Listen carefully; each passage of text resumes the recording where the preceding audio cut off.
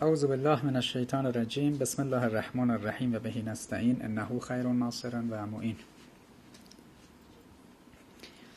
در ترندگذاری ها و تعیین ساختار پرسپکتیو آینده، یکی از ترندگذاری های کلیدی ما تبیین موضوع اضطراب و ناراحتی هایی که به طور جدی امروز مطرحه. یکی از بیماری های تمدن مدرن که در نقشه ترند 2050 واتسون هم بود، اضطرابه. اضطراب یک بیماری مدرنه و از اختزاعات تمدن مدرن. یکی از 13 مگا ترندی که امروز در نظام اجتماعی بشری مطرحه و در حرکت به سمت 2050 میلادی باید یه فکری کرد برای رهایی از اون، مسئله اضطراب. البته خب اضطراب بالاخره جلو نیست که بشه صفر کرد و اون رو در جامعه یا در فرد از بین برد، ولی هیچ وقت اینقدر در نظام تمدنی موضوع اضطراب شیوع و عمومیت نداشته. انکزایتی یا همون اضطراب، حالا اگر بشه کلمه رو اینجوری ترجمهش کرد به اضطراب، بالاخره یک ملاحظات و اجزایی داره. زندگی مادی امروز بیش از تقریبا نیمی از اون درگیر تحصیل. یعنی اگر یک عمر مثلا طبیعی رو بگیریم 70 سال، تقریبا تا 35 سالگی فرد درگیر آموزش.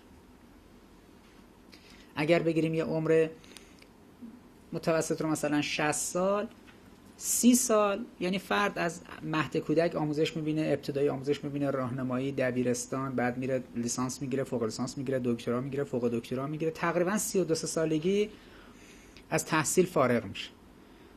یعنی تمام این سالها اضطراب. بعد اضطراب کار، اضطراب تشکیل خانواده، اضطراب زندگی اجتماعی، دقت ثانیه همه این موارد مطرح. همه مردم فقط میدونن که به موقع برسن به مترو، به اتوبوس، به قطار، کارت بزنن تو ادارهشون. حالا اینو تصور کنید به نسبت یک کسی که سر زمین کار میکنه تو روستا یا قدیم کار میکرده، اصلا ساعت نمیدونسته چیه. یعنی با حوصله میومده، مثلا میدیده هوا روشن شد، قبل اینکه هوا روشن بشه نمازشو میخونده، بیلشو میذاشته رو دوشش، مثلا کنار این زمینش مسیر آب رو باز میکرده، مزرعه رو رفع و رجوع میکرده تا میرسیده مثلا سر ظهر آفتاب میومده اون بالای سرش، نگاه میکرده میده سایش دیگه زیر پاش دیده نمیشه، همونجا نماز میخونده و مینشسته مثلا کیسه‌شو باز میکرده، نون پنیری میخورد و یه زیر سایه درختی استراحتی میکرده، دوباره بالا میشده به کاراش میرسیده، هوا هم که داشته غروب میشده میرفته خونه. بعدم اینترنت و ماهواره و تلویزیون و سریال و آی فیلم و مثلا تماشا و چه و چه اینا هم که نبوده، راحت برای خودش میگرفته میخوابیده. استراحت خوب با آرامش. صبح هم زود بلند میشده، دوباره این چرخه طی میشده. عالمی داره بدون ساعت زندگی کردن، بدون موبایل، بدون تلویزیون. حالا اینجا یه پرانتزی باز کنم، تمرین کنید در ماه یا در هفته برای خودتون تعریف کنید روز بدون تلویزیون، روز بدون ساعت، روز بدون موبایل، بدون کلا تلفن، روز بدون کامپیوتر و اینترنت. یه روزایی تقریبا همه پدیدهای تکنولوژیک رو ببندید، بذارید کنار، یه ذره راحت باشید، ریلکس. حالا اگر آشنایی کسی هم توی روستاها دارید که البته خب اونا هم الان متاسفانه همه دیش و نمیدونم بشقاب و مثلا اینترنت پرسرعت و مثلا از این دست حرفا داره، ولی بالاخره اگر تونستید یه موقعی واقعا از این 4 دیواری ها و از این بوتون ها و از این حجم فضای آسفالت و بوتون و سنگ و آهن و شیشه و چوب اینا برید تو عالم طبیعت چند روزی زندگی پیکنیکی و زندگی راحت و آزاد، فضای آزاد و موارد از این دست. حیونا رو به جای اینکه صفحه تلویزیون ببینید واقعی ببینید، مثلا درخت‌ها رو همینطور. این بالاخره خیلی تو روحیه تاثیر میذاره. اما به هر جهت نظم پولادینی که تمدن مدرن از انسان انتظار داره، خودش به دلیل این ساختار و سازمان و ارگانایزی که ایجاد کرده اون نظم رو به شما تحمیل میکنه. طبیعتاً انسان عادت میکنه به اضطراب. همش داریم دیر میرسیم، همش نگرانیم که اینجا چی شد اونجا چی شد. این نگرانی ها، اضطراب ها، دغدغه ها 1 2 تا 3 تا هم نیست، قدمتش هم زیاده. 30 سال طول میکشه شما تحصیل رو تمام کنید. تازه اون موقع میخواد بیافتید دنبال تشکیل خانواده و کار و گرفتن خونه و یه دغدغه چند ساله مسکن مهر آیا بشود یه مثلا 60 متری سویتی چیزی بهتون بدن، نه تازه بعد که اونو بگیرید نه آب داره نه برق داره نه گاز داره، حالا بوده دنبال اجزای دیگه‌اش. بعد بچه هیچی، از همون لحظه اول شروع میشه مشکلات بچه. اینه که اضطراب در تمدن امروز جزء لاینفک، مثل ایندیویژوالیتی و تفرد، عین بدهی دبت و مواردی که آمده بود، مشکلاتی که برای محیط زیست به وجود میاد، environmental change. خلاصه این مشکلات جدی است. مقوله اضطراب، نگرانی و نکاتی از این دست باید یه کاری کرد که اینا کاهش پیدا کنه. یه وجهش اینه که ما ساختار تمدنی رو در تئوری جامعه سازی جوری بچینیم، جوری ببینیم که این دغدغه کم بشه. مثلا چه کار میکنیم؟ مثلا فرض کنید مثال کلاس رو که زدم، ما میتونیم بگیم آقا اضطراب و نگرانی و دغدغه و این که حالا چیزی رو میخواید و با سختی هم باید بهش برسید. آقا میخواد برید علوم استراتژیک بخونید. اولا خانم‌ها که هیچ، خانم‌ها که نمیتونن شرکت کنن. میمونن آقایون هم باید یه شرایط سنی به خصوص از یه فیلترهای به خصوص بگذرن، فیلتر شکن داشته باشی نداشته باشی نمیدونم، وی پی ان چجوری عمل کنه مثلا. میرید جلو، خلاصه تازه اگر این باشید اون باشید فلان، بعضی دانشگاه‌ها شما رو تو سهمیه اون وزارتخونه و سازمان راه میدن، میرید حالا بخونید بیاید نیاید، مثلا اضطراب نگرانی. ولی ما میتونیم بیایم یه جوری تو زندگی اجتماعی عمل کنیم که بعضی از این نیازها رو ساده پاسخ بدیم که مشقت نداشته باشه رسیدن به اونها. هر قدر این مسیرها رو کوتاه‌تر کنیم، این موانع رو برداریم تسهیل کنیم، به طور ساده و طبیعی اثراتش این خواهد بود که اضطراب رو برداشتیم. میگن مثلا تو تهران مثلا 400,000 تا خونه خالی وجود داره. خب 400,000 خونه خالی، هر کی خونه داره مثلا بیاد به کسی بگه آقا 1 سال بیا بشین تو این خونه، من سال دیگه این خونه رو نیاز دارم، میخوام مثلا بفروشمش، میخوام مثلا خودم بیام داخلش بنشینم. شما 400,000 یه خانواده رو از یه اضطراب و نگرانی در مورد خونه نجات داده. ببینید تازه میان به عنوان مستاجر تو این خونه مستقر میشن، از همین الان شمارش معکوس برای اضطراب بعدی برای 12 ماه دیگه شروع میشه. عوامل اضطرابزا که ایجاد استرس و فشار میکنه و ناراحتی روحی روانی به وجود میاره، حجم گسترده سکته ها، بیماری های عجیب و غریبی که روحی روانی هست و فرد میگیره و زندگی بهش تلخ میگذره.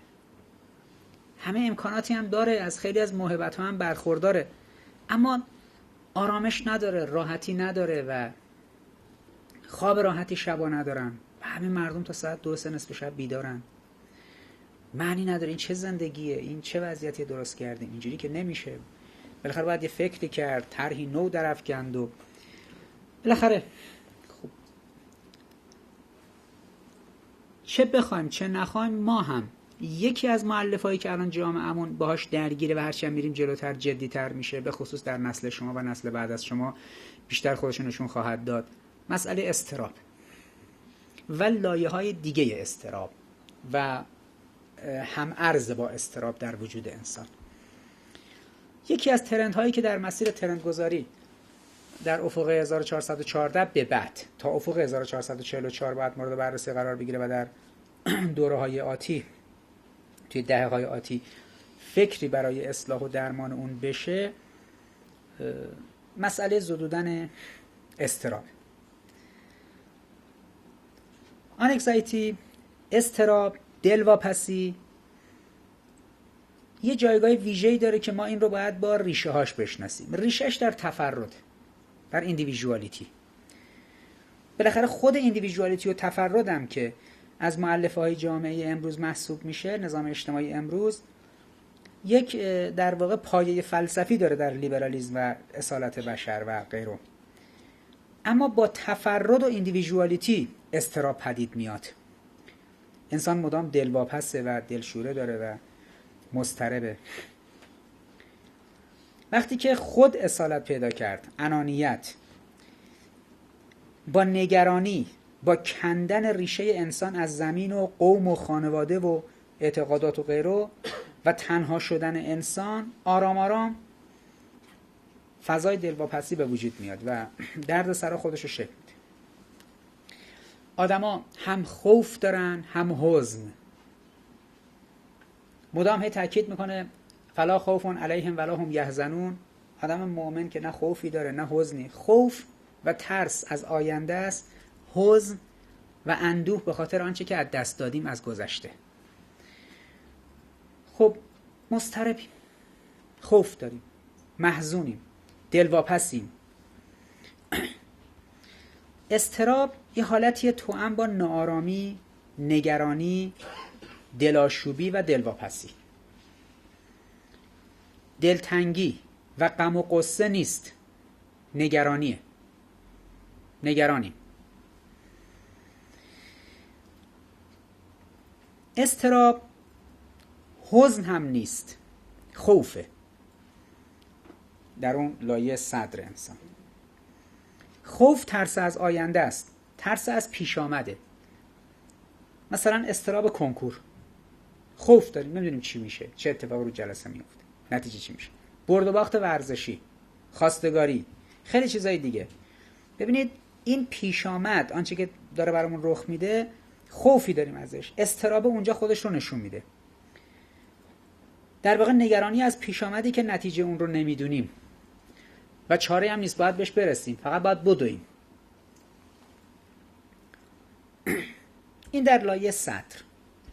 به لایه دوم که میرسیم در شغافمون، این دلاشوبی حاصل هیجانه. هیجان‌های بی حساب کتابی که برامون در شبانه روز رخ میده. تلویزیون فوتبال تماشا میکنیم، فیلم سینمایی اکشن تماشا میکنیم، صحنه‌های مهیج جنسی و غیر جنسی توی خیابون دیده میشه. خیلی از موارد دیگه، هیجان شهوت، هیجان غضب و خشم، هیجان غیظ، این دلطوفانی، دلاشوبی، اصطلاحی که قدیم میگفتن شهرآشوب. شهر وجود انسان آشوب میشه و زلزله میشه، همه چیز به هم میریزه. اون هیجان هایی که تو اون حوزه رخ میده، بالاخره بعدم که اون هیجان شهوت و غضب پیش آمد و فروکش کرد، حالا تازه اول پشیمانی و ناراحتی و اضطراب و مواردی از این دست. لایه سوم در قلب، ما به دلیل شک، مرض قلب، قساوت و مشکلاتی که در قلبمون وجود داره، مشکلاتی داریم که آماده پذیرش رعبیم. یه مفهومی تو قرآن وجود داره به نام رعب، ترس. قلب دچار رعب میشه، میگیم طرف مرعوبه. وقتی رعب شکل گرفت در قلب، ترس از درون میترسیم، یک وحشت عجیبی بر انسان مستولی میشه، بر قلب انسان، که بسیار هم خطرناکه، انسان رو از خودش بیخود میکنه و تعادل انسان رو به هم میزنه. وقتی صدر ما مضطربه، شغاف ما دچار هیجان‌های بی حساب و کتابه، قلب ما در رعبه، ما تعادل نداریم. رعب وحشتیه که تمام قلب رو پر میکنه. مطمئن نیستم براتون این حالت پیش اومده باشه. برای ما که دیگه موامون سفیده و تجربه بیشتری تو زندگی داریم و حالا چه در فضاهای زندگی عمومی و فضاهای زندگی شخصی، ولی خیلی حالت وحشتناکی است.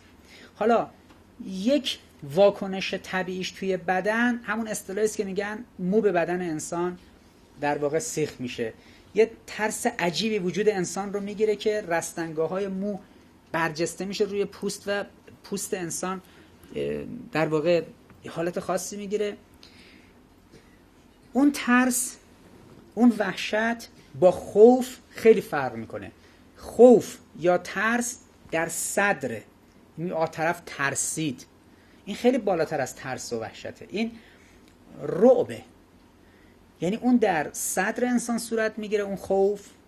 رعب در قلب انسان، کل قلب انسان رو پر میکنه. و نمونه هاش رو اگر بخوایم در قرآن نگاهی بندازیم، میفرماد که به زودی در قلب کافران رعب میافکنیم. کسی که کافره، رعب رو القا میکنه، میندازه توی قلبش. سوره انعام آیه 12 باز همین رو داریم اونجا که به زودی در قلب کافران رعب ایجاد میکنیم. رعب این از با اون خوف و اون ترس متفاوته ها. همین ترسی که به صورت عادی میگیم آقا طرف ترسید، اون خوف مربوط به صدر انسانه. در قلب، در لایه عمیق‌تر توی قلب رعبه. انسان ها چه مقدار با خوف زندگی میکنن، چه مقدار با رعب. در این دوتا آیه خدا رعب رو به قلب کفار القا میکنه. در مورد اهل کتاب میگه توی احزاب آیه 26 که در قلب‌های اونها رعب افکنده. پس اونجا در مورد کفار بود، اینجا در مورد گروه دیگه است. باز در مورد اهل کتاب داریم که در قلب‌های اونها رعب افکنده، که در آیه 2 فکر میکنم سوره 8.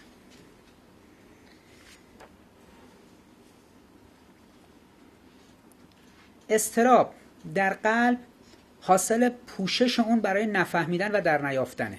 پس ما اضطراب در صدر رو دیدیم، در شغاف هیجان، در قلب رعب. پوششی در قلب ما صورت میگیره اگر قرار باشه که نفهمیم. اراده الهی بر این میشه. لذا آیه 25 سوره انعام رو در اون ببینیم، در مورد آیات قرآن از سوی کفار، برای اینکه کفار نتونن اونها رو بفهمن، بگیرن، میگه ما به قلب‌های اونا سرپوش قرار دادیم که فهم اونو نکنن. میگه وجعلنا علی قلوبهم، این اکنتن، یک پوششی، سرپوشی، لایه‌ای میگذاره که به تفقه نمیرسن، نمیتونن بفهمن و دریابند، فهم کنند. این رو در سوره کهف در آیه 57 باز به شکل دیگه همین مورد رو میفرماد که ما به قلب‌های اونا پوشش‌های قرار دادیم که قرآن رو نفهمند. یعنی بعضیا شرایط و سازوکار خدا جوری رقم میزنه توی قلبشون که قرآن رو نمیفهمند، فهم قرآن نمیکنن، اون تفقهی که مد نظر هست نمیتونن صورت بدن. چه بلایی سر قلبشون میاد، اون گنبده چیه، اون لایه، اون پوسته که روی قلبشون به عنوان پوشش قرار میگیره چطور عمل میکنه، اینها دیگه اساساً قرآن رو نخواهند فهمید و درکی از اون نخواهند داشت. در اسراء 46 باز این رو داریم که اونجا هم دوباره تکرار شده باز با همین سازوکار. خب فصلت 5 میگه که اونا گفتن قلب‌های ما از آن چه ما را به اون در واقع میخونید سخت پوشیده است و در گوش‌های ما سنگینیه. قلوب ما در نمیابه، یعنی این انبیا هر چی بگن قلب ما اون رو در نمیابه، سخت پوشیده است، گوشامون هم سنگینه. پس این پوششی که به قلب‌ها گذاشته میشه که قرآن رو در نیابند، چنین آدمایی مضطرب، چنین آدمایی قلبشون زمینه رعبه، چنین آدمایی سازوکارهای عجیب و غریبی براشون هست و هیجانای بیجا، هیجان مثلا سکس، هیجان خشونت، هیجانات ورزشی، همه گزینه‌ها که میتونه بریزد وجود اینها رو به هم، آشوب ایجاد کنه در درون اینها، درون اینها رو عین آشی که همه دارن به همش میزنن، هیچ آرامش و راحتی و آرامی نداره. خب چنین سازوکاری طبیعتاً این بلا سرش اومده، پوششی روش ایجاد شده که قرآن رو در نمیابه، ذکر خدا رو در نمیابه، ولی همه عوامل محرک اون رو به هم میزنه. لذا اضطراب یک وجه کلیدیش برمیگرده به خود ایمان.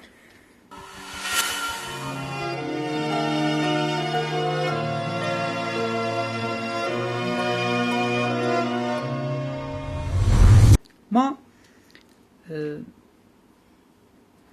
میبینیم که تأکید میکنه در سوره نمل هست در آیه 74 که ما میدونیم بی تردید پروردگار تو اون چیزی که اینا تو سینه هاشون پنهان دارن میدونه.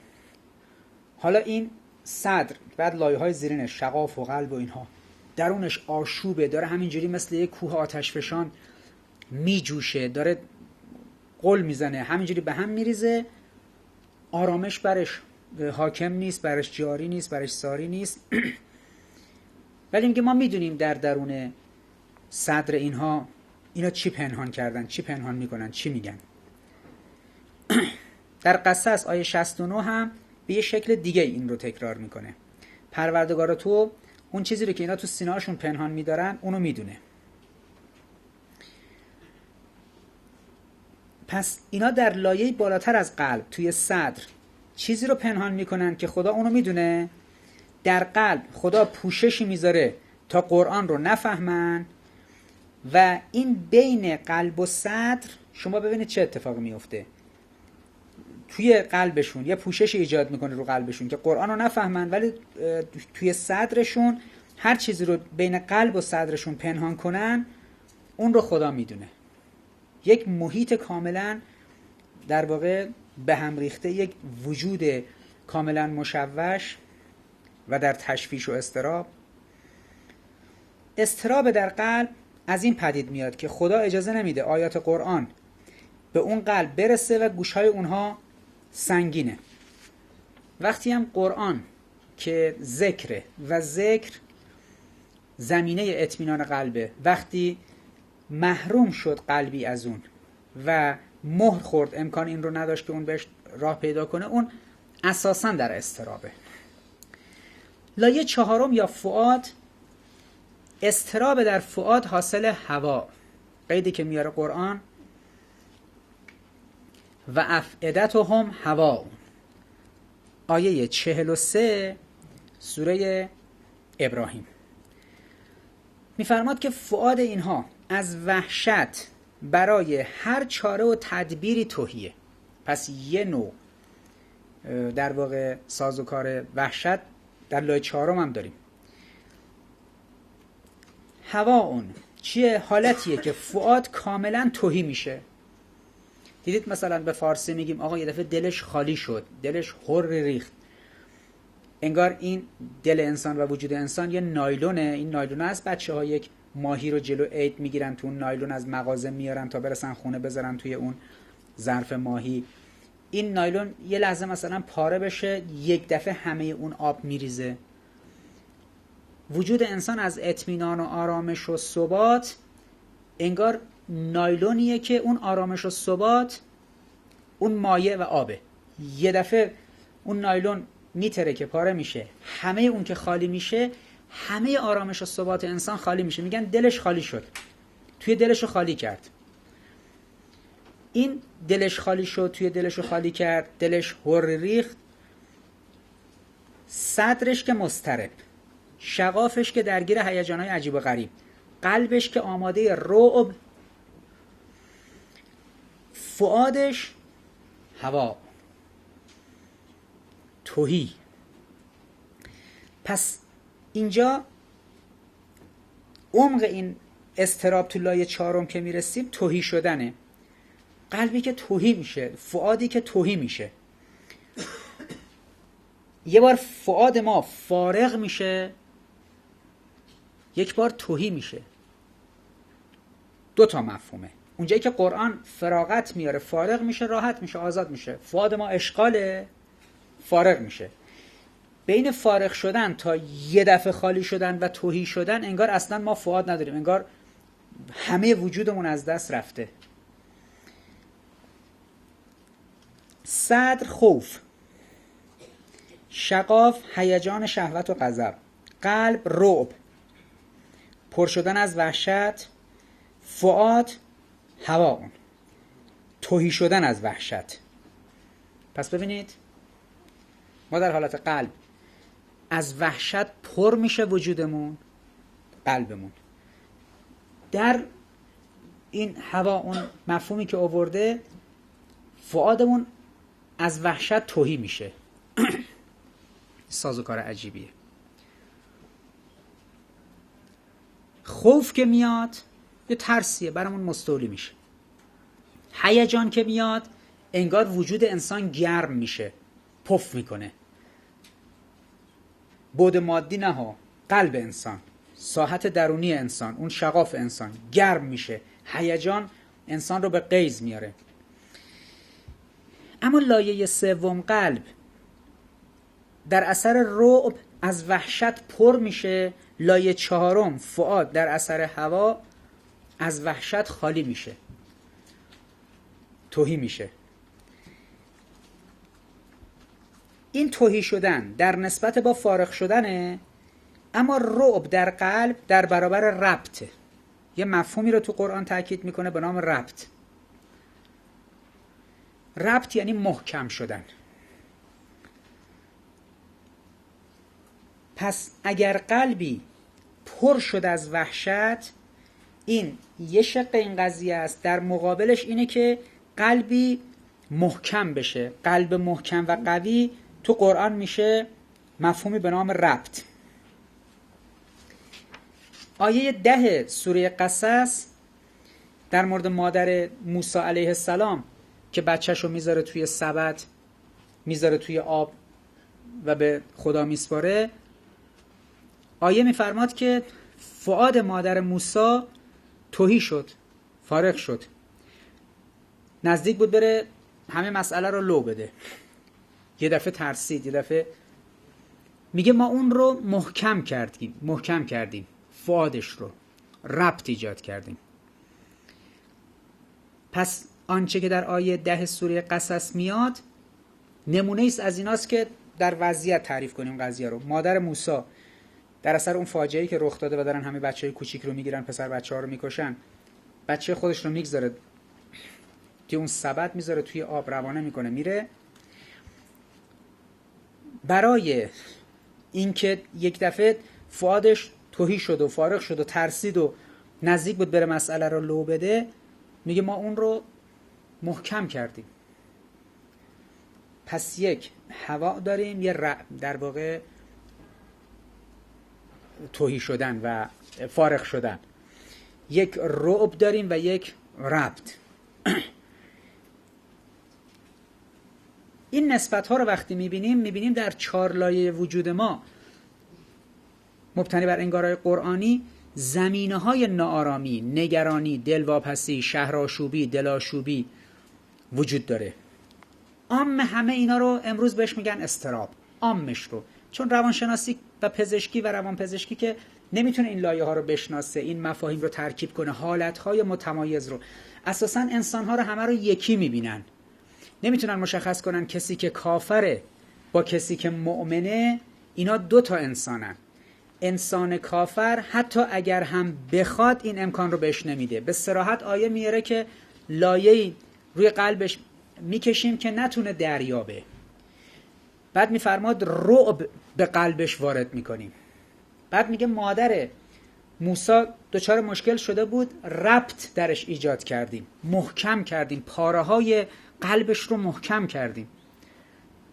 بند میگیم بند دلش ریخت، بند دلش مثلا برید، نه، بند دلش رو محکم کردن. پس اگر کسی کافر بود اساساً این لایه های 4گانه ساحت وجودش دچار مشکله. اضطراب ذاتی انسان کافره، نمیتونی ازش بگیریش. ممکنه توی خونه مجلل، تو زندگی مجلل، توی شرایط خاصی، توی وال استریت بالاترین زمینه ثروت و قدرت رو داره، از بیرون که نگاه میکنید یک جنتلمن واقعیه، شیک، مناسب، لیموزین بزرگ سوار میشه، حساب مثلا 10-20 رقمی داره، اما سراغش که بری از درون متلاشی و تهیه. ولی انسان مؤمن فلا خوف علیهم ولا هم یحزنون، نه حزن از آنچه که از دستش رفته داره، نه خوف و ترس از آنچه که در آینده داره میاد داره، رعبی خدا تو دلش ایجاد نمیکنه، ربطه، و اون ربطه یعنی محکم کردن قلبش قوی و محکمه. فضای درونی او، فؤاد او آرامه و نگرانی نداره.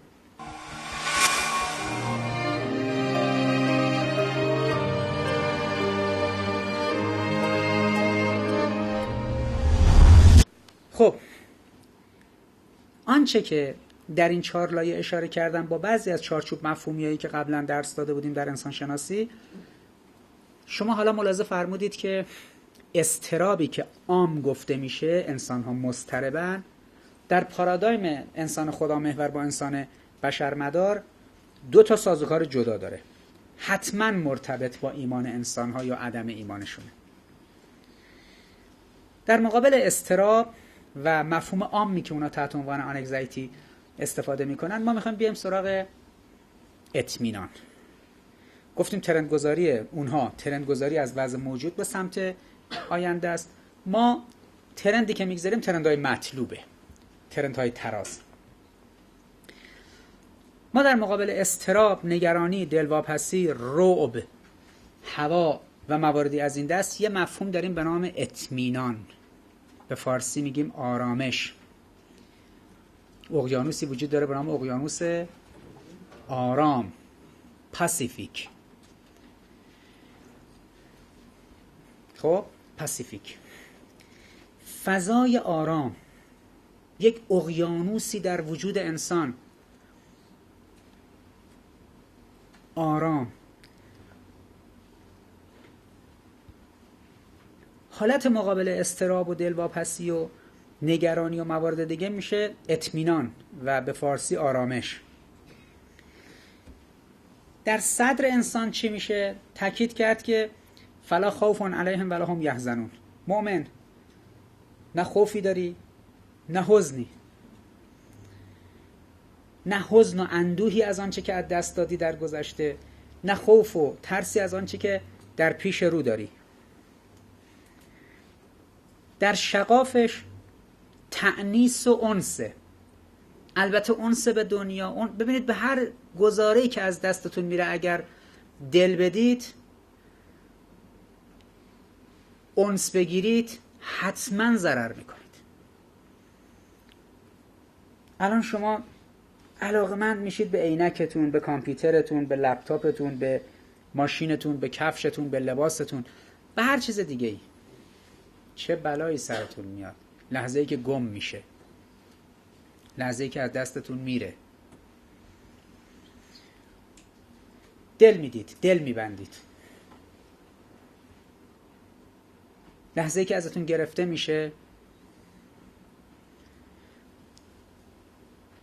پس تأنیس و انس هم میتونه ایجاد آرامش کنه، هم آرامش رو سلب کنه، به خصوص در مسائل عاطفی، در مسائل عاطفی که افراد مثلا با والدینشون دارن، زوجهای جوان به هم دیگه دارن، خواهر برادر به هم دارن، مناسباتی که وجود داره، همه گلایه ها که در مورد این بریدن این روابط، بریدن این انس ها و عاطفه ها مطرح میشه، همه بعد به تبع این میاد.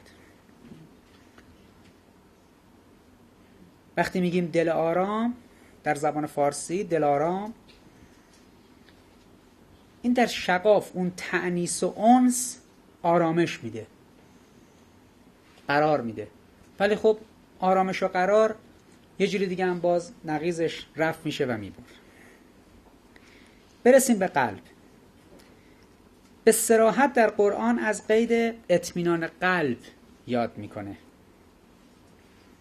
الا به ذکر الله تطمئن القلوب، که با یاد خدا قلب ها آرامش پیدا میکنن. اون قلب کافره رو که اصلا نمیگذاره آیه قرآن بهش برسه، ذکر و یاد خدا بهش برسه. خود قرآن ذکره. کدام ذکری در قلب ایجاد آرامش میکنه؟ قرآن. و بارها در قرآن تاکید میفرماید که اساساً پرده‌ای رو قلب اینها ایجاد شده که نمیتونن قرآن رو دریابن، اصلا قرآن به وجودشون نمیرسه. این یک سازوکار کلیدیه. حالا شما تصور کنید که یک کسی بخواد فهم کنه این الا به ذکر الله تطمئن القلوب، نمیتونه دیگه. با چارچوب‌ها و مشکلات و جوانبی که وجود داره دیگه باید طبیعتاً این رو ادراک کرد. خب این اطمینان قلب به ذکر خدا، یه مفهوم دیگه هم تو قلب داریم که اون آرامش رو ایجاد میکنه، ربط قلب از سوی خدا. دوستان ببینید، اگر یه فردی که ورزشکار نباشه، بدنش رو ببینید همین طبیعی و عادی داره راه میره، متوجه میشید که این عادیه، ورزش نکرده دیگه. اما یه کسی مثلا 10 سال ورزش حرفه‌ای کرده، از گردنش، سرشونه‌هاش، سر و سینه‌اش مثلا معلومه که این خیلی دمبل زده، هالتر زده، بارفیکس رفته، چه خبر عضله داره. این ورزیدگی رو میبینید. قلب انسان ها هم اینجوریه. قلب قوی قلبیه که خدا در اون ربط ایجاد میکنه، یعنی پاره ها و بندهای محکمی در اون ایجاد میکنه، مهار میشه. آدمایی که قلب قوی دارن تو مشکلات و مسائل نمیلغزن، نمیلرزن، یک ثباتی دارن. از بیرون به بعضی آدما نگاه میکنید متوجه قلب قویشون میشید. میرید یه پیرمرد 80-90 ساله رو به عنوان فقیه و عارف میبینید، یه مشت گوشت و پوست و استخوانه ها، اما همونجوری که نشسته حس میکنید که یک قلب قوی داره. ولی یه کسی رو میبینید کوهی از عضله، آرنولد شوارزنگر، 2 متر استخون و کوه و عضله و پروپی، بگرده قلبش اندازه یه دونه مثلا ماش و عدس هم نیست.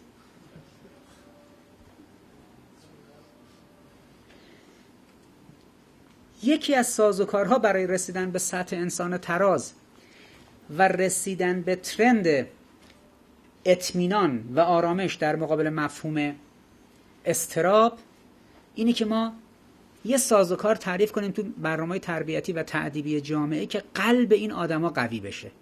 باز برگردم به اون نکته‌ای که همیشه به عنوان یک نکته حیرت انگیز بهش اشاره میکنم که حسن و حسین ثمره فؤاد فاطمه. ببینید یک بانویی یک قلب قوی داشته، یه فؤاد قوی داشته که حاصل اون قلب و فؤادش میشه سیدای شباب اهل الجنه، آقایان و سروران جوانان بهشت، حسن و حسین. پس یک مسئله داریم که باید نسل شما در آینده توی این قضیه فربه مطالعه کنه و چاق چاق مطلب بنویسه و تولید کنه توی تجربه خودش به صورت عملی.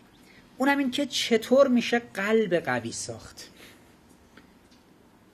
گفتیم mental education, physical education. mental education میشه همین آموزش پرورش، physical education میشه همین تربیت بدنی. خب تربیت بدنی هم که اینجوری دمبل بزنید، اینجوری مثلا هالتر بزنید، اینجوری پاور لیفتینگ کنید، به اصطلاح نیروهای عجیب و غریبی وارد کنید، شوک الکتریکی و داروهایی استفاده کنید، نیروزا که عضلاتونو فربه کنه، برید تو مسابقات مثلا زیبایی اندام و پرورش اندام فیگور بگیرید، کوهی از عضله. اما آیین‌نامه برای اینکه قلب‌های قوی شکل بگیره چطور تنظیم میشه و رقم میخوره؟ باشگاه‌های ورزش قلب و فؤاد چطور باید شکل بگیره؟ اینا پاسخهایی است که در آینده نسل شما باید بده به این سوالها تا ما بتونیم به اون الگویی برسیم که انسان آینده اطمینان قلبی داشته باشه. قلب مطمئن قلبی است که ستونهاش قویه. اینجا اگه الان یه چادر بود، خب باد میزد، این چادر رو کج و کوله میکرد و شما متوجه میشید که متزلزله، تزلزلش رو میدیدید. اما میبینید یه ساختمونی ستونهای محکمی داره، شما هم متوجه اون استحکام و ستونهاش میشید که در مقابل زلزله های متعدد هم خم به ابرو نمیاره، تکون نمیخوره. قلبی که پرقدرت، ربط، از لفظ ربط استفاده میکنه، محکمه، این قلب اسیر هوا نیست، تحرک نداره، رها نیست، مثل پر کاهی اسیر هیجانات نیست. اما قلبی که پر از رعبه، اسیر هیجانه، یا دچار خوف و حزنه صدرش، یا فؤادش تهی شده در اثر اون هوا، از یه طرف لایه قلبش در اثر رعب پر شده، از سوی دیگه اون هسته مرکزیش فؤادش از اون حوزه هوا یعنی تهی شده، این استحکامی نداره، شبیه همون چادره میمونه که 10 نفر هم نشستن دارن غذا میخورن، این چادر همجوری باد داره میزنه، هر لحظه میکنه میبرش. قلب قوی، فؤاد قوی.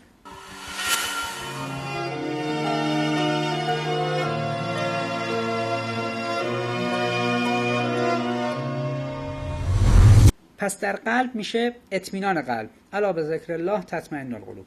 ربط قلب که این ربط قلب از سوی خداست، اطمینان قلب به ذکر خداست. لایه چهارم یعنی فؤاد، اطمینان فؤاد و نفس به ذکر خدا، به رؤیت خدا و یقظه. متغیرش ایمان و ظرفیت دریافت ایمان. این اون مسئله کلیدیه. دوستان عزیز، ما جامعه ای رو در اطراف خودمون میبینیم، در متن جامعه ای هستیم، در این دهکده جهانی که همه موارد به هم وصل شدن از طریق شاهراه اطلاعاتی و امنیت و منافع و همه سازوکارها در هم تنیده شده. 7 میلیارد انسان مضطرب، انسان نگران در این فضا دارن زیست میکنن. این 4 لایه وجودشون، صدری که دچار خوف و حزن و مضطربه، شقافی که دچار انس بی حساب و کتابه، حب به همه چی داره. حب به دنیا، فرمود حب دنیا رأس کل خطیئه. حب تو کجا شکل میگیره؟ تو لایه دوم دیگه، تو شقاف. اینکه حب دنیا رأس کل خطیئه، رأس همه خطاها حب به دنیاست، دل دادن به این و اون. حالا 7 متغیر برای 7 متعلق برای این برمیشمره. حب به مثلا مال دنیا، حب به جاه و مقام، حب به مثلا برای مردان حب به نساء، زنان، انواع این حب ها. خب این حب ها و این عشق ها و این تعلقات بلایی که سر انسان میاره اینه که انسانو مریض میکنه. توی آسیای میانه این شمنگراها و کسانی که اعتقادات عجیب و غریب باستانی دارن میگن همه بیماری ها در انسان معلول 2 چیزه: عشق و نفرت. آدم ها از این جهت مریض میشن که عاشق چیزی میشن، عاشق کسی میشن. حالا اونا میگن دیگه، حالا نه که حتما لزوما الا و لابد این درست. ولی حالا اگر بیم در فضای زندگی دنیوی نگاه کنیم، انسان دل میده به دنیا، آقا عمرش رو میگذاره آجر رو آجر، آجر رو آجر، خونه درست میکنه از این و اون، مثلا میدزده. نه اینکه حالا 4 دیواری داشته باشه بده، اما ببینید چه میکنن بعضیا، چه کلاهی از سر هم دیگه برمیدارن، چه کلاهی بر سر هم دیگه میگذارن. آقا چقدر دنیا رو جدی میگیرن. یه زلزله میاد تو بوشهر، نمیگن خب بابا این میتونست 1000 کیلومتر بالاتر رخ بده. با 7.7 ریشتر یه زلزله میاد توی سراوان، فقط میگن خدا رو شکر که تو تهران برای ما نیومد. خب اینا همه نشانیه اینه که میتوانی در خواب باشی، یه لحظه زلزله بیاد و تمام بشه. خب چرا دل میدی به همه چیز؟ چرا فردا صبح که میری نگاه میکنی ببینی دلار چقدر رفته اومده بالا، سکه چقدر رفته بالا، طلا چقدر اومده پایین، دلا پهنا تو کالایی که 10 روز پیش یه جور دیگه خریدیش حساب میکنی با مردم؟ چرا این تعلق خاطر رو قطع نمی کنی؟ این انقطاع رو ایجاد نمی کنی؟ نگرانشی، خوابیدی مراقبی که و حواست هست ببینی فردا چجوری مثلا سر مردم کلا بذاری. هر کس به هر شکلی، به هر نوعی، این همه اضطراب ایجاد میکنه. همه اینا دردسر و بدبختی به وجود میاره. و وقتی میرسیم به لایه قلب، ذکر و یاد خدا رو مبنای این قرار میده و قلب محکم ربط. اما نه رعب. قلبی که رعب پرش میکنه قلبیه که قساوت داره. خنده زیاد قساوت میاره، غذای گوشتی زیاد خوردن قساوت میاره، خواب زیاد قساوت میاره، غفلت زیاد قساوت میاره، بی‌توجهی به بی‌عدالتی ها در اطراف خود قساوت میاره. یکی از نشانه های ایمان در انسان اینه که انسان قلب آرام داشته باشه، قلب نرمی داشته باشه. قلب نرمی که قسی نباشه، سخت نباشه، سنگدل نباشه طرف، ویژگیش در چیه؟ این که اگر ظلمی به کسی دیدی داره روا میشه، از درون بلرزی. یعنی احساس کنی که چرا داره این اتفاق میفته، رگ گردنت بزنه بیرون. اگر ظلمی به کسی شد، بی‌عدالتی صورت گرفت، احساس کردی برات عادیه و عبور کردی، یه مشکلی تو قلبت به وجود اومده. اگر دیدی کسی کار نیک و خیری میکنه، تکون خوردی بدون اینکه دست خودت باشه، یه لحظه شونه‌ها تکون خورد. حالا حتما نه که لزوما اشکت هم در اومد، گریت هم گرفت، ولی حالت گریه به دست داد. لزوما نه اینکه اشک شوق، اما از کار خوب اون دیگری تکون خوردی. اونجا قلب شما قلب سالمی. عیار این که قلب ما نرمه یا قسیه، مریضه یا سلیمه، این هست دیگه. یه 24 ساعت خودمون رو کنترل کنیم، بعد معلوم میشه قلب ما مریضه، فی قلوبهم مرض، یا سلیمه، قسیه، یا یک قلب منیب و نرم. گریه میکنیم. خانمه که راحت گریه میکنن، البته نمیدونم خانمای امروزی گریه میکنن یا نه، ولی خانم‌ها قدیم معروف بودن که قلب نرمی دارن، راحت گریه میکنن. اهل انابه بودن، منیب بودن. علی ذوالفقار رو میکشه در روز 4000 نفر اینا رو از دم تیغ میگذرونه. به قول خودش میفرماد چشم فتنه رو کور کردم، در آوردم. شب میاد روی سجاده اون زجه ها رو میزنه. خب نداریم تمرین گریه کردن به خصوص برای مرد سازوکاری داره. البته کجا گریه کردن مهمه، نه گریه برای دنیا و اونا. نه اونا اگه باشه تو نماز، اگه همچین حالت اولی هم پیش بیاد نماز رو باطل میکنه.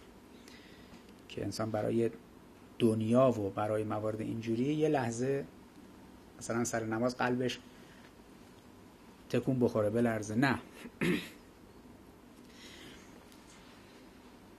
لذا در مورد وجود نازنین ابا عبدالله میگن که این آیه هست که یا ایتها النفس المطمئنه. ببینید بعد از اینکه قلب به اطمینان میرسه و آرام میشه، ربط پیدا میکنه، رعب درش نیست، فؤاد دچار هوا نیست و تخلیه نشده، فؤاد محکمیه، خوف و حزنی نداره، فلا خوف علیهم ولا هم یحزنون. حبی که هست فقط حب حق و خداست، حب به دنیا نیست. اونجا به نفس مطمئنه میرسه، نفس در لایه نهایی خودش، نفس مطمئنه. وقتی به نفس مطمئنه میرسه، حالا خدا صداش میکنه که یا ایتها النفس المطمئنه، این نفس به اطمینان و آرامش رسیده، این نفس قدسی، ارجعی الی ربک.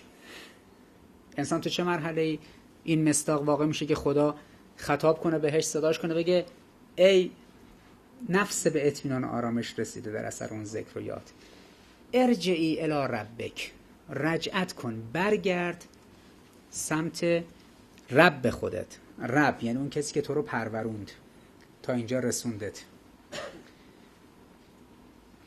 راضیة مرضیه، که تو از من راضی، منم از تو راضیم. خدا وکیلی غریب اینجا نیست. ما از خدا راضیم؟ چند بار در روز از خودمون میپرسیم که ما از خدا راضی هستیم یا نه؟ بی‌تعارف. چرا اینجا اینجوری شد؟ چرا اونجا اینطوری شده؟ چرا فلانی اینجوری کرد؟ پس معنیش ما راضی نیستیم. خب اگه ما جای خدا باشیم از خودمون راضی؟ یعنی به نظر شما الان خدا باید از من راضی باشه؟ به این سوال چه پاسخی میتونیم بدیم؟ هر کس کلاه خودشو قاضی کنه. میگه وجدان یگانه محکمه است که احتیاج به قاضی ندارد. وجدانن هر کس خودش بنشینه در خلوت خودش فکر کنه خدا باید از او راضی باشه یا نباشه. به چه دلیل باید از ما راضی باشه؟ میگیم طرف خود راضیه که انتظار داره خدا باید ازش راضی باشه. و چرا خدا نباید از ما راضی باشه؟ وقتی پاسخ اینو پیدا کردیم، خب رفعش کنیم. لذا میفرماد یا ایتها النفس المطمئنه ارجعی الی ربک راضیة مرضیه، که من از تو راضیم، تو هم از من راضی. دو طرف هست. فادخلی فی عبادی، داخل شو در بندگان من. وادخلی جنتی، داخل شو در بهشت من، در جنت من. ما تا مصداق این آیه قرار بگیریم راه بسیار سختی رو باید طی کنیم. اگر انسانی مصداق این آیه قرار گرفت، مفهومی به نام اضطراب، به نام انگزایتی، به نام دلواپسی، نگرانی، دلاشوبی نداره. چنین مفهومی اصلا دیگه براش معنی نداره. پیش شرطش البته ایمان، که این 7 ستون ایمان، 7 متعلق ایمان در قلبش شکل گرفته باشه، عرش الرحمن اونجا به وجود آمده باشه، خدا بر اون تخت سلطنت خودش یعنی عرشش در قلب اون مؤمن مستقر شده باشه، اونجا بند وجودش، بند قلبش محکمه. ربط، نه رعبی پر کرده وجودش رو، نه در اثر اون هوا اون تهی شده. حالا اینجا این آدم به اطمینان رسیده.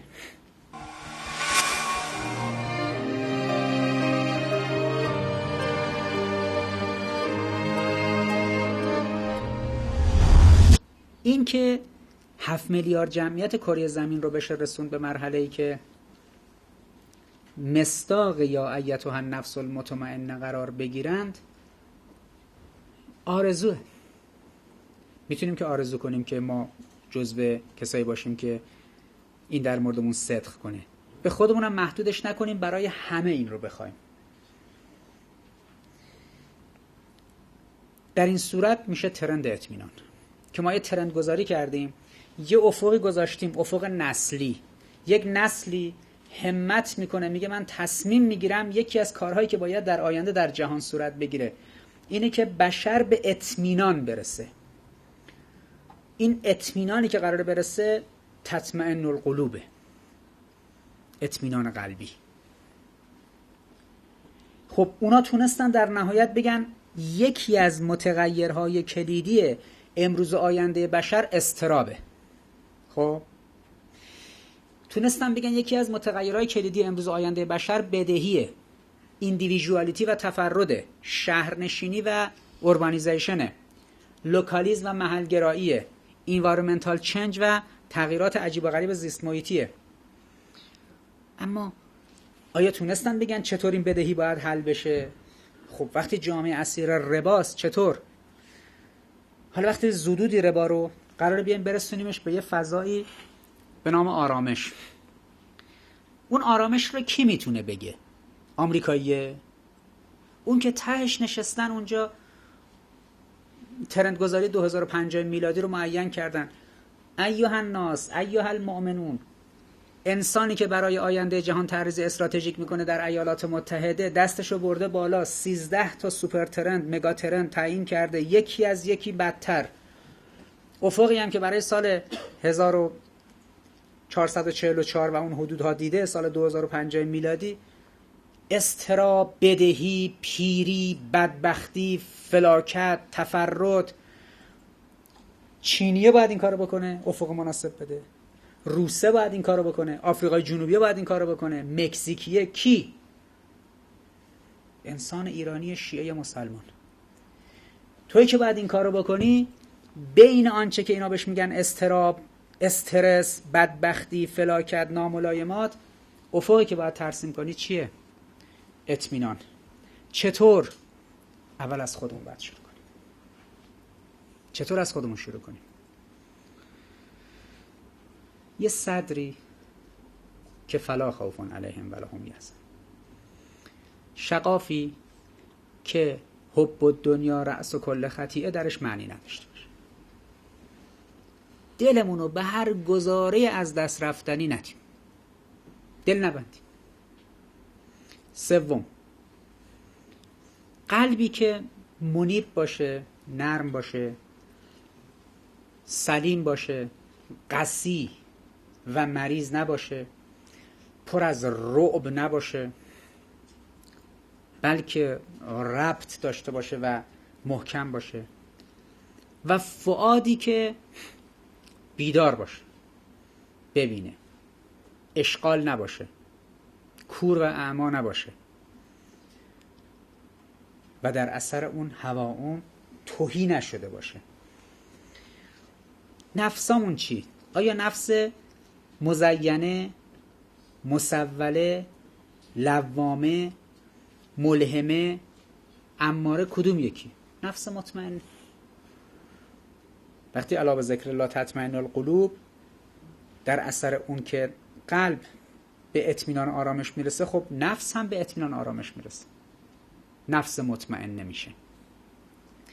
این پیام رو کی میتونه منتقل و منعکس کنه و بگه؟ توی کتابای دیگه باید بگردیم دنبالش ترجمهش کنیم. مگه کسی اینو کار کرده؟ ژان پیاژه، اریک اریکسون، زیگموند فروید، کارل هورنای؟ کی؟ اون که سگه رو آورد شرطیش کرد، پاولوف یه چیزی توش در آورد. اون که یه جعبه رو گذاشت گنجشک رو توش شرطی کرد، عبور داد. کدوم یک با اینا، با این چیزا شما میخواد آرامش تو بشر ایجاد کنید؟ با اعتراف گرفتنش؟ از بشر نداره. وقتی برمیگردیم به قرآن، رجوع میکنیم به قرآن، سازوکارها رو تبیین میکنیم، حق اینه که حالا که این امکان رو به ما داد، منت رو به ما گذاشت که روی قلب ما اون پرده رو ایجاد نکنه که ما در نیابیم قرآن رو، بلکه این منت رو گذاشته، توفیق رو داده که قرآن رو ادراک کنیم، درک کنیم، فهم کنیم. حالا که این امکان رو داشتیم، پس حق بر دیگران هست گردن ما که ما به دیگران هم منعکس کنیم. بشر از این اضطراب عظیم و عمیق یه جور میتونی نجات پیدا کنی. عالم دچار مشکل النینو و پدیده تغییرات زیست محیطی و جوی و طوفان‌های مثلا مغناطیسی خورشیدی و غیر و ذالک نیست، درون توه. اینا همه آیت مشکلات درون خودته. اگر سونامی میبینی، زلزله میبینی، اگر النینو میبینی، اگر تغییرات زیست محیطی میبینی، اگر این تشعشع گسترده الکترومغناطیسی نور خورشید رو میبینی، تمام اینها آیتی است برای اینکه در درون تو این آشوب وجود داره. تغییرات زیست محیطی در درون خودته. این رو یه جوری اصلاحش کن، حلش کن. ته این مسیر اینه که تو میبری اگر برسی به نفس مطمئنه، اگر برسی به قلب مطمئنه، اگر برسی به ذکر و یاد خدا. سازوکارش هم که روندش رو مشخص کرده. چطور ممکنه بشر در بین خودش دستورالعمل و نسخه شفاء رو داشته باشه، بعد باز هم یکی از 13 مگاترند جهان برای حرکت به سمت 2050 میلادی انگزایتی، اضطراب، دلواپسی، نگرانی معنی داره؟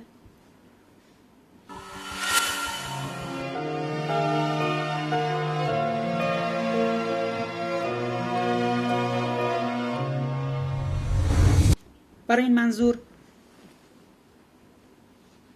باید این رو مشخص کنیم.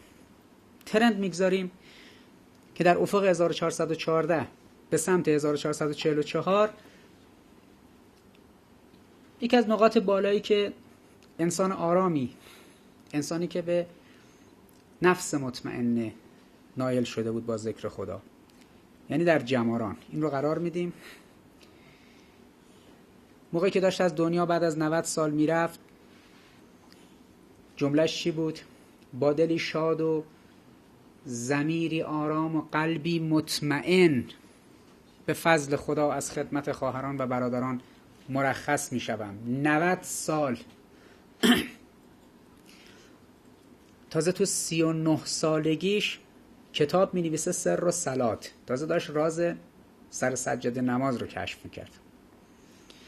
در 63 سالگیش داد میزنه. 63 سالگی سن بازنشستگی دیگه، 50 سالگی بازنشستگی دیگه. پیامبر خودمون حضرت امیر، امام حسین، اینا همه تو 60 سالگی شهید شدن دیگه. این تازه تو 63 سالگی داد میزنه، تو 15 خرداد 42 تبعید میشه. 15 سال بعد انقلاب میکنه تو سال 1175، سال 1157.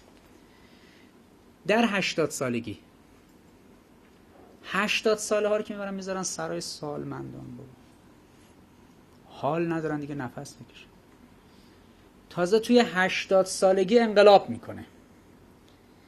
تا 90 سالگی آرزوی انبیا و ائمه رو محقق میکنه، حکومت تشکیل میده، سرم به دستش بسله، قلبش ناراحته. از اینجا نوار قلبش رو میفرستن برای CIA که CIA بررسی کنه ببینه چه مدت دیگه زنده است، که خب انقلاب اینا هم میخوره زمین. تو 90 سالگی وقتی داره از دنیا میره، یک دوران کوران تحولات سیاسی، نظامی، فرهنگی رو پشت سر گذاشته تو اون دهه. هر روز صبح بلند میشدی یه بمب یه جای تهران منفجر شده بود، 50 تا مقام مسئول شهید شد. یه دفعه 72 نفر دولت و مجلس و قوه قضاییه همه با هم شهید شد.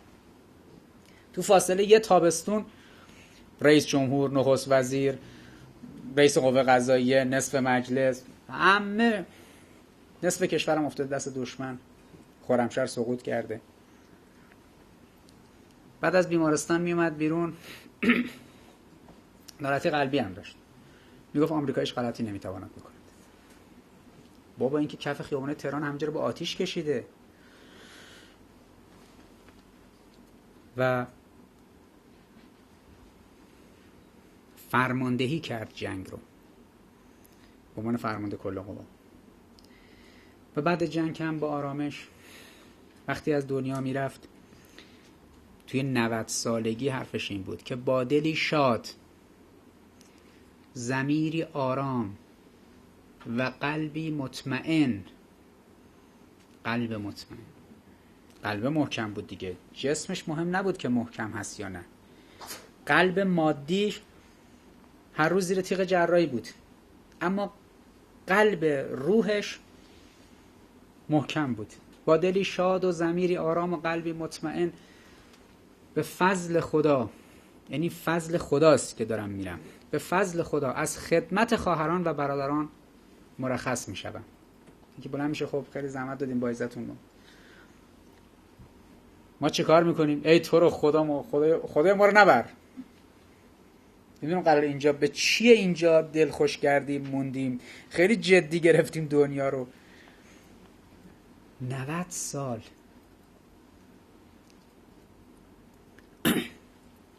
این ترند رو میگذاریم توی جماران، محلش رو، جایی که بالاخره یه انسانی رو از نزدیک دیدیم که یه همچین قلبی داشت،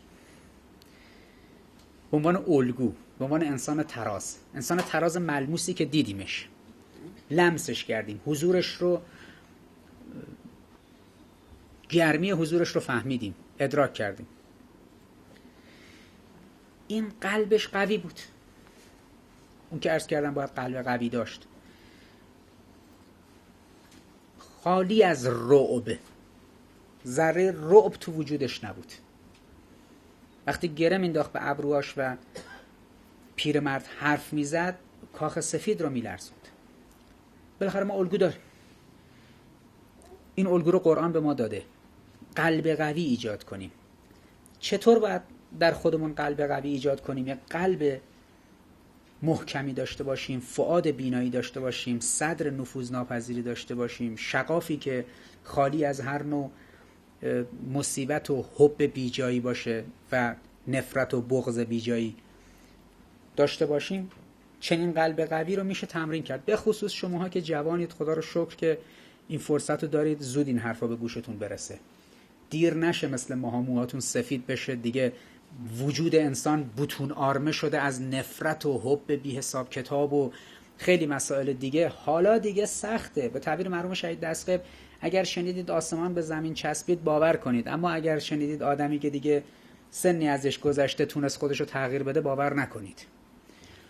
ولی خب الحمدلله شما جوانید، این امکان براتون وجود داره که آماده بشید برای اینکه قلبتون رو قوی کنید. به عنوان ورزشکار رشته‌های ورزشی و فدراسیون‌های ایجاد کنید برای قوی کردن صدر و شقاف و قلب و فؤاد. پاره‌هایی از پولاد در وجودتون باشه، هیچ گزاره از این هواهای نفسانی نتونه بلرزونتون و در آمد و رفت مشکلات و مصائب و سختی‌های زندگی لحظه‌ای نلغزید، لحظه‌ای تردید به خودتون راه ندید، چون توکل به خدا. لذا راحت بود. وقتی میگفتی که خرمشهر، میگفتش که خرمشهر را خدا آزاد کرد. فاو را خدا آزاد کرد. خب این همش ترجمان قرآن دیگه. پیامبر تیر زده، خدا میفرماد که و ما رمیت اذ رمیت ولکن الله رمی، تیر رو من زدم. این اعتقاد، این توکل نجات بخش. اگر توانستیم ناظر به جهتگیری ذکر خدا و اطمینان قلبی به نفس مطمئنه برسیم و در شوق این بودیم که این رو بین بشریت تسری بدیم و تعداد بیشتری از مردم به این درجه برسن، ما جامعه سازی اطمینانی صورت دادیم. یه جامعه آرامی درست کردیم، یه جامعه سازی آرمانی رو شکل دادیم که مردم در اون آرامند، در اقیانوس وجودشون آرامش داره، سونامی و زلزله و طوفان و سیل و آتش فشان و النینو و این تغییرات زیست محیطی رو نداره. اگر این اتفاق افتاد ما بردیم. ما فرصت داشتیم در این 34-5 سال که بنشینیم به اینها بپردازیم و انشالله فرصت خواهیم داشت که اینها رو تعمیق ببخشیم در جنبش بسط ایمان و تعمیق ایمان. مسئله‌مون مسئله آرامش قلب باشه، تولید قلب‌های قوی و محکم باشه. خدا این توفیق و منت رو به نسل شما داده و به مردم ما. هستیم تو مسیر برای این قضیه. 4 مورد فقط من برای نمونه فهرستوار اطمینان قلبی در قرآن رو اشاره میکنم که ببینید مصداقاش چی است. در سوره بقره در آیه 260 موقعی که ابراهیم اندک تردیدی داشت، رفت گفت برای اطمینان قلب به من بگو، یه نشانی به من بده. بهش گفت 4 تا پرنده رو تیکه تیکه کن، با هم مخلوط کن، ترکیب کن، 4 جای مختلف بگذار. و خدا اینها رو مجدداً در واقع زنده کرد و خلق کرد. ابراهیم اونجا از قید اطمینان قلبی یاد کرد که میخوام به اطمینان قلبی برسم. بار دوم در آل عمران در 126 در ماجرای جنگ بدر نصرت خدا با اعزام فرشتگان عملی شد. این بشارت رو اونجا میفرماد که برای اطمینان قلب اونها صورت گرفت. خب میدونید اینا تعدادشون کم بود و دشمن هم زیاد بود، خیلی هم مجهز بود. خدا فرشته ها رو اعزام کرد کمک اینها. اینجا جعل کرد، قرار داد خدا بشارتی برای اونها و اطمینان قلبشون. در انفال آیه 10 موقعی که استغاثه می کردید و کمک می خواستید، خدا با 1000 تا فرشته به شما کمک کرد تا قلبتون رو در واقع اطمینان قلب برای شما ایجاد کنه. ببینید درست وسط اون معرکه حالا دیگه کمک میخوان از خدا، استغاثه میکنن، درخواست کمک میکنن. اینجا 1000 تا فرشته میفرسته و اون هم حوزه اطمینان قلب. رعد آیه 28 هم باز تاکید همینه. اونایی که ایمان آوردن و دلهاشون به یاد خدا آرام میگیره، آگاه باشید که با یاد خدا دلها آرامش پیدا میکنه. این تطمئن قلوب، این اطمینان قلب، این دست موارد و مفاهیمی که مکرر تو قرآن آمده که از ریشه این مفهوم حدود 12 آیه هست، همونطوری که دیدید در مورد مؤمن اطلاق میشه. حالا یه بار فرشته و ملک رو میفرسته کمک، یک بار پیامبری مثل ابراهیم رو برای اینکه قلبش رو مطمئن کنه یک چنین حجتی رو براش ارائه میکنه و مواردی از این دست. هیچ راهی غیر از این مسیر برای زدودن اضطراب پیدا نشد هرچی گشتیم و تنها راهمون این رو هم باید کار فکری، کار علمی، کار معرفتی، کار تجربی براش کرد و تبیین و تدقیقش کرد. باشه که انشالله نسل شما بتونه معلم نسل‌های آینده و بشریت در سطح این کره خاکی باشه و این حوزه ها رو از سرچشمه منبع لایزالی مثل قرآن و روایات معصومین به بشریت برسونه، به شرط اینکه اول خودش به قلب قوی برسه. ان شاء الله و السلام.